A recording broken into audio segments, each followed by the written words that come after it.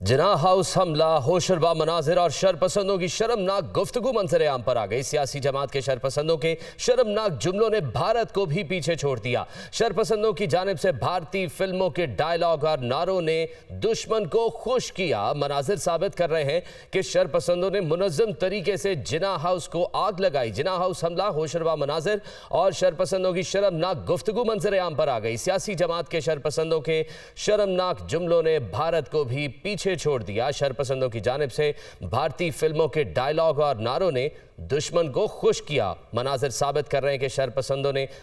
मुनज़्ज़म तरीके से जिना हाउस को आग लगाई। बराह रास्त आपको कराची लिए चलेंगे। पीपल्स पार्टी के रहनुमा सईद गनी प्रेस कॉन्फ्रेंस कर रहे हैं। तो उस कानून के तहत भी हल्काबंदी हुकूमत ने करनी थी, हुकूमत ने की, लेकिन उसको चैलेंज किया गया अदालत में। और हमारी जो मौजूद अदालतें हैं, जिनको पीपल्स पार्टी से बहुत प्यार और मोहब्बत है, उन्होंने जब पीपल्स पार्टी अपोजिशन में होती थी, हमारी जमातें जो मुखालफत में थी, उनकी हुकूमतें होती थी, तो वो अपने हल्के बनाती थी। कभी किसी के पेट में दर्द नहीं उठा के ये हुकूमतें क्यों जो है हल्के बनाती हैं। पीपल्स पार्टी ने तारीख़ में पहली मरतबा हल्काबंदी की उसकी हुकूमत ने, और अदालतों ने उसको उड़ा दिया और ये कहा कि नहीं, ये काम हुकूमतों का नहीं है, ये काम इलेक्शन कमीशन का है। तो 2013 में हमारी बनाई हुई हल्काबंदियाँ अदालतों ने उड़ा दी, और उसके बाद जो 2015 के इंतखाबात हुए बल्दियाती, वो इंतखाबात इलेक्शन कमीशन के बनाए हुए हलकों पर हुए। अब अगर इनकी ये दलील हम मान लें हाफिज़ साहब की कि पीपल्स पार्टी की हुकूमत ही हल्काबंदी करती है, इलेक्शन कमीशन का तो कोई काम नहीं, तो भाई 15 में भी हमने की थी, फिर 15 में भी हम जीतते, फिर 15 में भी हमारा मेयर होता, लेकिन उस वक्त तो हम नहीं जीत सके। हमारी नशिस्तें कम थी, एमक्यूएम की ज़्यादा थी, और एमक्यूएम का मेयर बन गया। और जो डीएमसीज भी थी, उसमें भी हमने साउथ जीत ली, हमने मलीर जीत ली, हमने डिस्ट्रिक्ट काउंसिल जीत ली। वेस्ट में हमने कोशिश की, लेकिन पीटीआई ने कस्में उठा के, हलफ उठा के, पता नहीं कौन कौन से वादे करके अपोजिशन की जमातों से वोट एमक्यूएम को दे दिया था। इस मर्तबा भी जो हल्काबंदी हुई है,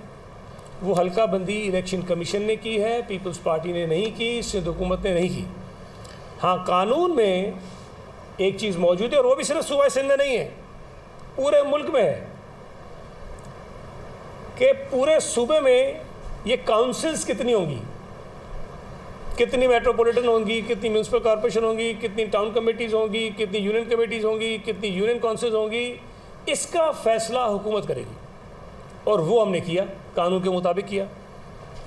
हम तादाद बताते हैं इलेक्शन कमीशन को कि जनाब इतनी यूनियन कमेटीज़ होनी चाहिए, इतने टाउन्स होने चाहिए, इतने डिस्ट्रिक्ट काउंसिल होने चाहिए,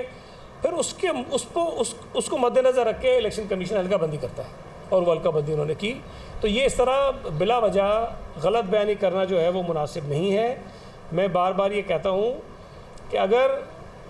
मेयर के इंतखाब में उनको अक्सरियत मिलती है, जिसका इम्कान नहीं है, तो वो बने मेयर, हमें कोई एतराज़ नहीं है। अगर उनको अक्सरियत नहीं मिलती, किसी और को मिलती है, पीपल्स पार्टी को मिलती है, तो ज़रा खुले दिल के साथ उसको भी तस्लीम करें। अब वो जो प्रॉब्लम है ना, जो इमरान खान के साथ है, वही हाफिज़ नईम के साथ है। दोनों के अंदर बहुत ज़्यादा फ्रस्ट्रेशन है। वो मानने को तैयार नहीं था इमरान न्याजी कि कभी इस्टेब्लिशमेंट जो है वो मुझसे हाथ निकालेगी। कभी वो तसव्वुर नहीं कर सकता था कि उसकी हुकूमत होगी और इस्टेब्लिशमेंट न्यूट्रल हो जाएगी। कभी वो तसव्वुर नहीं कर सकता था कि वो वज़ीर आज़म के ओहदे से हट जाएगा। अब अगर वो हट गया तो फ्रस्ट्रेशन उसके चेहरे से आपको आया। और ये कल आपने देखा क्लिप चल रहा है, एक लम्हे के लिए लाइट गई तो माशाल्लाह क्या फ्रस्ट्रेशन में उसने क्या गाली दी है निकलते हुए उसको, ठीक है। और वही फ्रस्ट्रेशन हाफिज़ नईम रहमान को है। वो यकीन करने को तैयार नहीं है कि कराची में मेयर कोई हाफिज़ नईम रहमान साहब के नाम के अलावा भी कोई हो सकता है।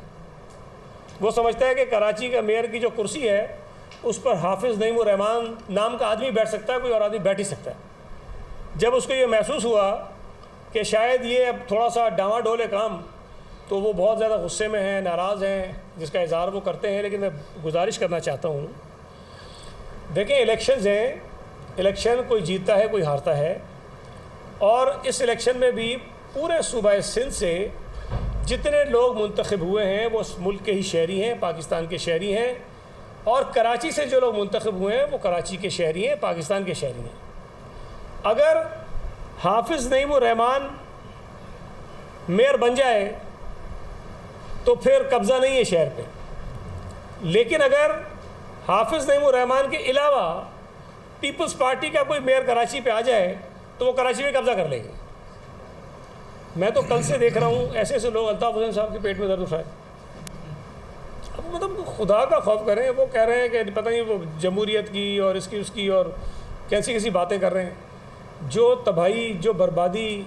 इस सूबे में, इस मुल्क में, ख़ास तौर पर शहर में उन्होंने मचाई थी, जो रिवायतें उन्होंने बनाई थी, अल्लाह ताला ने इस मुल्क की, इस शहर की, सूबे की उससे जान छुड़ाई है। अब वो बैठ के भी हुकूक और उसूलों के अलमबरदार बन रहे हैं। बहरहाल खैर उनका मौक़िफ़ है, वो देते रहें और जमात इस्लामी की हिमायत में बोल रहे हैं, बड़ी बात है। मैं वो कह रहा हूँ ना, ये एक नया अल्ताफ़ हुसैन बनना चाह रहा है हाफिज़ नईमुर रहमान, तो उनको भी शायद अल्ताफ़ हुसैन को भी नज़र आ रहा होगा कि इसके अंदर कोई दमखम है, लिहाजा मैं तो नहीं आ सकता हूँ, तो इसी को ज़रा ताकत बख्श दो कोई। शायद यही वो काम कर रहे जो अल्ताफ़ हुसैन कर रहा था।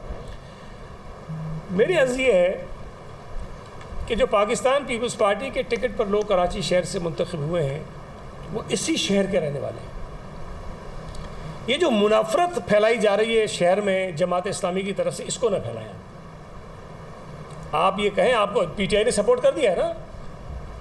आप कोशिश करें वो सारे के सारे वोट आपको पड़ जाए, मेयर कराची बन जाए, हम खुले दिल से तस्लीम करेंगे उसको, खुले दिल से तस्लीम करेंगे। हम नहीं कहेंगे कि इसके ऊपर कब्ज़ा हो गया और कोई किस तरह आ गए, बस ठीक है हम मान लेंगे, लेकिन थोड़ा सा अपना दिल भी खुला करें। अगर आप मेयर नहीं बन सके और कोई और मेयर बन जाता है, तो अगर आप इतने फ्रस्ट्रेटेड हैं, ठीक है आप हम पे तनकीद करें, हम पे इल्ज़ाम लगाएं, जो करना करें, लेकिन मेरी गुजारिश है कि कराची शहर में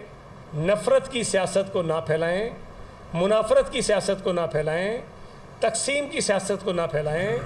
हम तो अब भी ये चाहते हैं कि जमात इस्लामी के साथ हम बैठें और बैठ कर इस शहर के लिए जो बेहतर हो उसको हम आगे बढ़ाएं, उसको हम आगे ले जाने की कोशिश करें।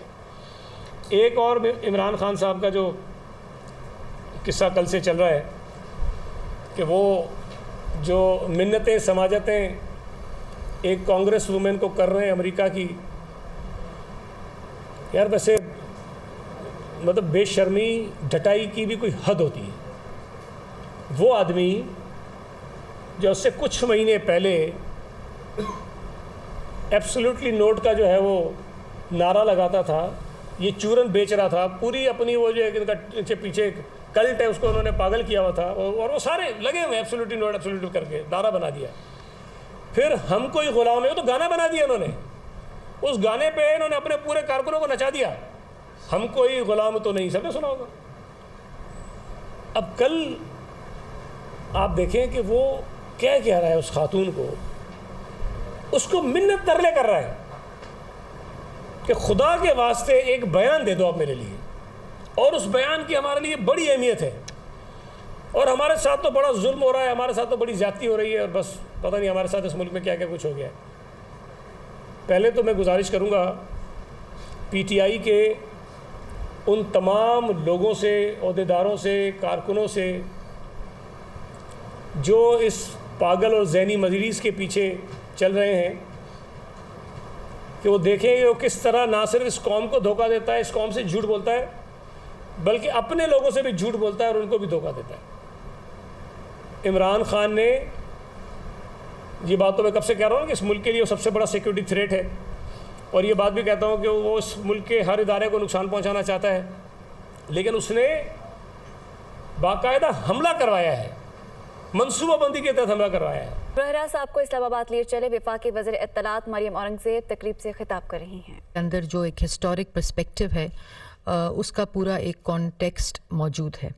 और जिसकी वजह से इसको हम, बल्कि मैं कल सोच रही थी कि मैं सुहेल साहब को कहूँ कि जो हमारे स्टूडियोज़ हैं ये इनको हेरिटेज साइट्स डिक्लेयर करना चाहिए, बिकॉज़ ये पाकिस्तान में कहीं भी इस अहमियत के, इस तारीख़ के जो इंफ्रास्ट्रक्चर है वो मौजूद नहीं है। पीटीवी जो फिल्म अकेडमी है, इससे पहले कि मैं एक बड़ी और लेवल की बात करूं, उस पे मैं सुहेल साहब को भी और नरीता को भी मुबारकबाद पेश करती हूं, पीटीवी के एम्प्लॉइज़ को मुबारकबाद पेश करती हूं कि ये बहुत अरसे बाद बहुत अरसे बाद जिस तरफ दुनिया जा रही है, जिस तरफ पाकिस्तान की फ़िल्म इंडस्ट्री को जाना चाहिए, जिस तरफ पीटीवी को, क्योंकि पीटीवी वो पायनियर ऑर्गेनाइजेशन है जिसने ब्रॉडकास्टिंग की बुनियाद रखी पाकिस्तान में, और जिस तरह आपने देखा है कि बाकी तमाम जो प्राइवेट चैनल्स हैं वहाँ भी जो फ़िल्म का रुझान है, बड़े बड़े चैनल्स आजकल फ़िल्म बनाते हैं, और बदकिस्मती यही है कि कंसंट्रेटेड हो गया है फ़िल्म प्रोडक्शन एक सर्टन तबके के अंदर जो कि एलीट तबका है, और एक आम फिल्म प्रोड्यूसर जो है वो फ़िल्म बनाने से, प्रोड्यूस करने से कासिर है, चाहे वो जितना मर्ज़ी टैलेंटेड हो, जितने मर्ज़ी स्किल सेट उसके पास हो, तो वो एक चैलेंजिंग इन्वायरमेंट से गुज़रता है। तो इस सारे को देखते हुए जो पाकिस्तान फ़िल्म पॉलिसी है, जो कि जिसकी बुनियाद 2017 में रखी थी और 2018 में उसको कैबिनेट ने अप्रूव किया था, और फिर वो ओवरऑल विज़न खाली फ़िल्म को तक़वियत देना नहीं था, बल्कि उससे ज़्यादा जो पूरी दुनिया में स्क्रीन टूरिज़म, स्क्रीन के ज़रिए ममालिक जो हैं, कौमें जो हैं, वो अपने नैरेटिव को पूरी दुनिया के अंदर डिसेमिनेट करती हैं, उसका फुकदान पाकिस्तान में था। क्योंकि 30 साल जिस तरह पाकिस्तान ने, पाकिस्तान की आवाम ने, अफवाज पाकिस्तान ने, लॉ इन्फोर्समेंट एजेंसीज़ ने दहशतगर्दी की जंग लड़ी, उसके बाद जो एक वाइब्रेंट इंडस्ट्री जो 1960s में थी, 1970s में थी, वो लेट 70s, 80s, 90s में आकर तबाह हो गई, बंद हो गई। हमारे सिनेमा हाउसेस जो थे वो पेट्रोल स्टेशंस और सीएनजी पंप्स और शादी हॉलों में कन्वर्ट हो गए, और उसके बाद जो हमारी फिल्म इंडस्ट्री थी उसने आहिस्ता आहिस्ता आहिस्ता आहिस्ता वो मरती चली गई और डिटेरियोरेट हो गई, और कोई ऐसा अपलिफ्टिंग 2005-6 के बाद एक किरण आई फिल्म इंडस्ट्री में, और फिल्म इंडस्ट्री रिवाइव होना शुरू हो गई। लेकिन कहीं भी आप देख लें जहाँ नई हमारे बाद की फ़िल्म इंडस्ट्रीज़ हैं, फ़िल्म सेक्टर है, जैसे कतर हो जाए, जैसे टर्की है, जैसे चाइना है, जैसे सऊदी अरेबिया है, अब बहुत ही ईरान जिस तरह है, तो ये फ़िल्म पॉलिसी जब हम बना रहे थे तो ये तमाम सक्सेस स्टोरीज़ जो थी कि बहुत जल्दी क्या हुआ कि 5-6 सालों में वो इंडस्ट्रीज़ जो थी वो डेवलप हुई, वो सेंटर्स ऑफ एक्सेलेंस बने, और उन ममालिक की जो फिल्म्स थी और ब्रॉडकास्टिंग कंटेंट था वो पूरी दुनिया में चलने लग गया। तो उसको प्रेमिस करके, उसके ऊपर बेस करके ये फ़िल्म पॉलिसी लॉन्च हुई थी, 2018 में कैबिनेट ने पास की थी। ये इस वक्त पाकिस्तान की वाहिद इंडस्ट्री है जो फ़िल्म इंडस्ट्री के वो ज़ीरो टैक्सेशन के ऊपर है, चाहे वो इंपोर्ट हो इक्विपमेंट की, चाहे वो इनकम हो, चाहे वो डिफरेंट इंसेंटिव दे के फ़िल्म इंडस्ट्री को टैक्स फ्री किया गया है और इंडस्ट्री का स्टेटस दिया गया है, सिर्फ इसलिए कि ये फैसिलिटेट किया जाए कि जो यंगर पॉपुलेशन है, जिसका भी जिक्र कर रही थी आप, कि जो यूथ है which is 66% of the total population of the country, वो जब ऐसे शोबों में जाएं तो उनको एक कॉन्फिडेंस हो कि हमारे पास